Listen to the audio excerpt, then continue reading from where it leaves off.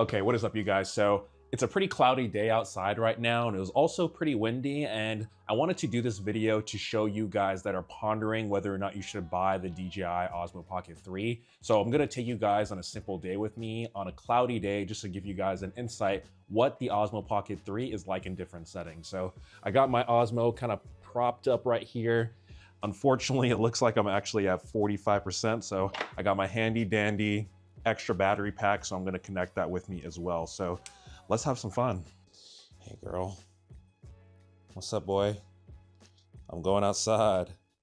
We going outside, boy. Okay, so today I'm recording in full auto. I have the DJI Mic 2 right here. We're gonna see how it is. It was pretty windy, and I have the wind filter on as well as the noise reduction setting on the Osmo Pocket 3. So let's see how it actually is when we're actually in a windy setting.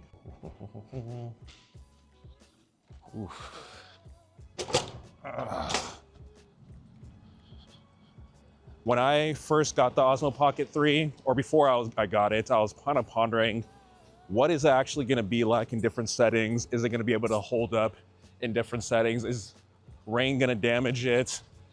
How much can it actually handle? Those are all the big questions that were rolling around in my mind. Right now I'm shooting in full auto. I was watching a couple of YouTubers to see whether or not full auto would actually be a good idea or not. I know usually people shoot in like manual mode to get an idea of how to actually kind of perfect in each setting. But for now, I'm just gonna shoot in full auto and hope for the best. I don't know if you guys are hearing that wind. Oop, it's blowing my hair a little bit, so that is what I'm feeling. We're right here in the marina, here in Oakland. Pretty cloudy.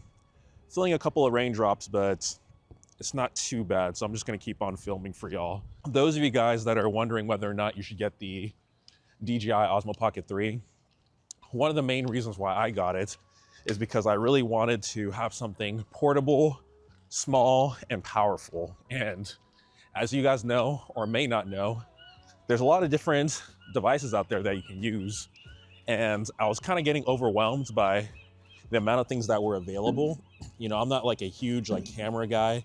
So I did a lot of research, and this one was really blowing up in the last couple of days. So I got my stand with me, so I'm just gonna put that down. But I was getting really overwhelmed by a lot of different options that are out there. I first started off with the Canon T5i, which was a DSLR camera. So it was a really big, bulky camera, which was really good at the time. I got that back in 2012, 2013, sometime around that in college. And then when I started getting more into vlogging in med school, I got a Canon G7X Mark I. So the very first model, I think that was one of the bigger types of vlogging cameras back in the day. Ooh, my hands are very ashy right now. That was really good for the time, but I noticed when I tried to get back into vlogging later on, it was kind of annoying because the audio wouldn't be too good. And as you guys can hear, there's a lot of seagulls right now. So I don't know if you guys hear that right now because I have the noise reduction on. But I noticed that because there wasn't an audio jack for the actual Canon G7X, it was very hard to get good audio that wasn't catching a lot of the background.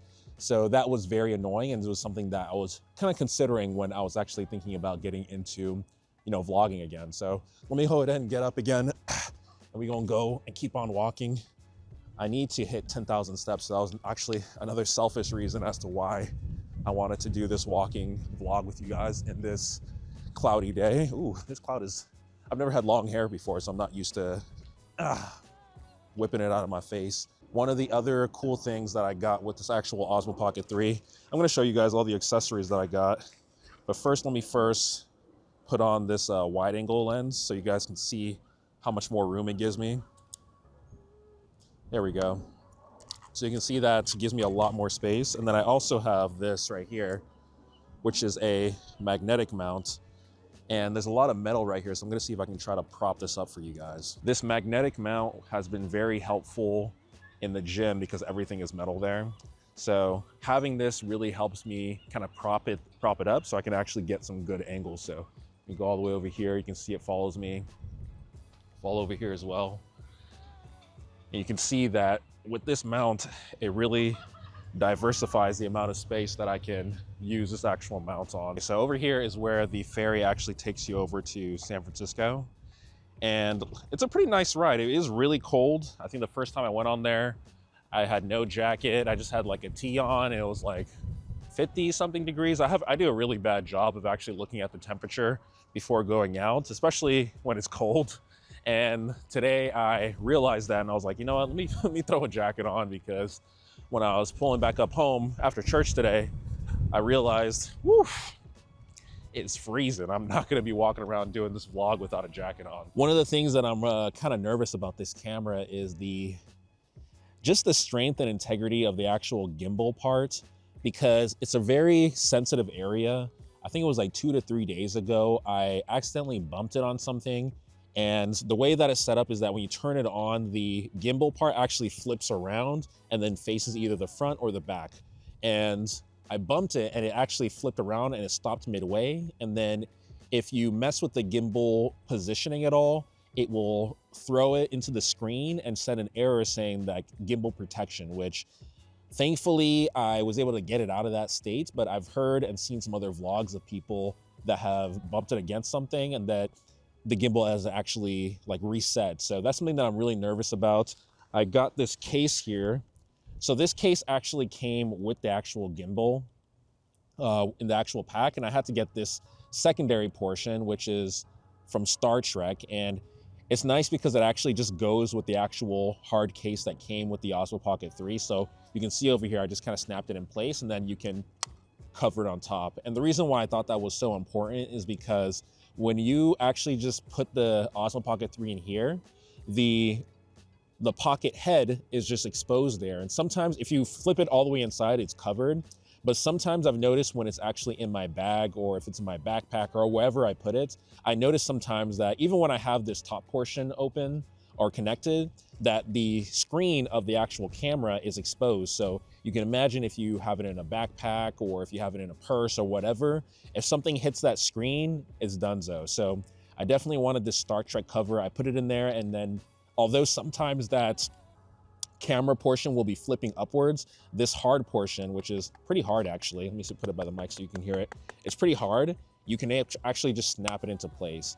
And then you also can have over here these portions where you can put your filters or lenses. So I already have the Osmo Pocket 3 wide angle lens on here. So let me actually take it off and show y'all. There we go. So I have the wide angle lens right here. And what happens is that in the actual hard case that comes with the Osmo Pocket 3 here, you can just snap it into place right there. So let me just put it right there. So you can see that the wide angle lens is now magnetically connected there. And then you also have here which one? This is the ND232 filter, which honestly I haven't used too much. It's from K&F. And let me actually just put that on right now so you guys can see what it actually looks like with the camera on full auto. So it's set to 1. Let's put it on right there. It's already kind of cloudy, so it might make it look a little bit dark. Okay, that's not too bad. But I haven't been in too many situations where I have needed to use it. So honestly, now that I think about it, I don't know if I would use filters too often. I think I just have to do a little bit of research on when it would actually be appropriate to use. But so far, you know, shooting on full auto and just having the ISO like dynamic has been okay, and it's been able to kind of switch back and forth without messing with the video quality at all. So let me actually just go ahead and take this back off so we can get back together again. There we go. So that is the actual case. If you guys actually want the link to this cover, since you guys already get this hard case with the Osmo Pocket 3, if you did buy it, then I'll put it in the link in the description box down below, because I got this other case that it specifically covers the actual screen of the Osmo Pocket and covers the actual head, but it's kind of like cumbersome using that. Like you have to like flip it all the way out and flip it all the way in.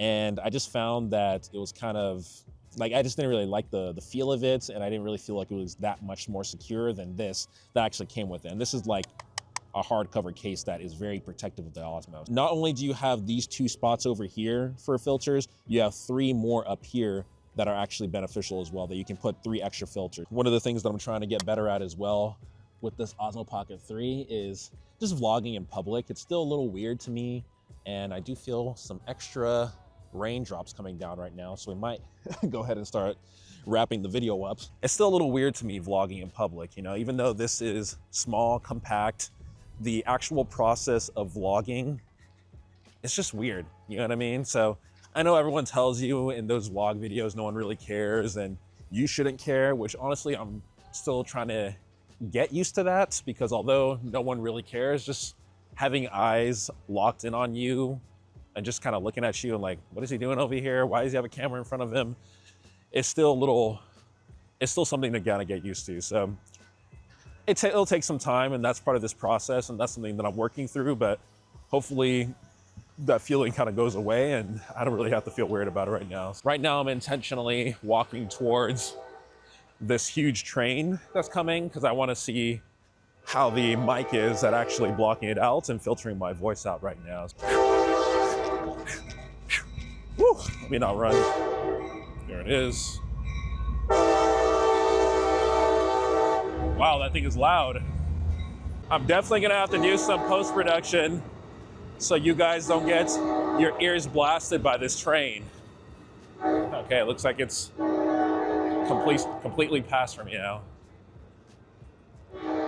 Whew, okay, so I saw that the meter for the actual Osmo Pocket mic was peeking into the red, so I feel like I'm definitely gonna have to do some post-production for that audio. I just wanted to film this quick little video for you guys and give you what the actual Osmo Pocket 3 is in a cloudy, windy setting. Oh, it looks like there's some sort of like music thing going on. If you guys wanna see it in another type of setting, let me know in the comment section down below. Right now it's super cloudy, but I don't really think it looks too bad, especially since I'm recording in full auto. That's all I really need is for the picture quality to come out looking great. So I'm recording in 1080p and then 30 frames per second. So honestly, I think that's the biggest thing that you really need.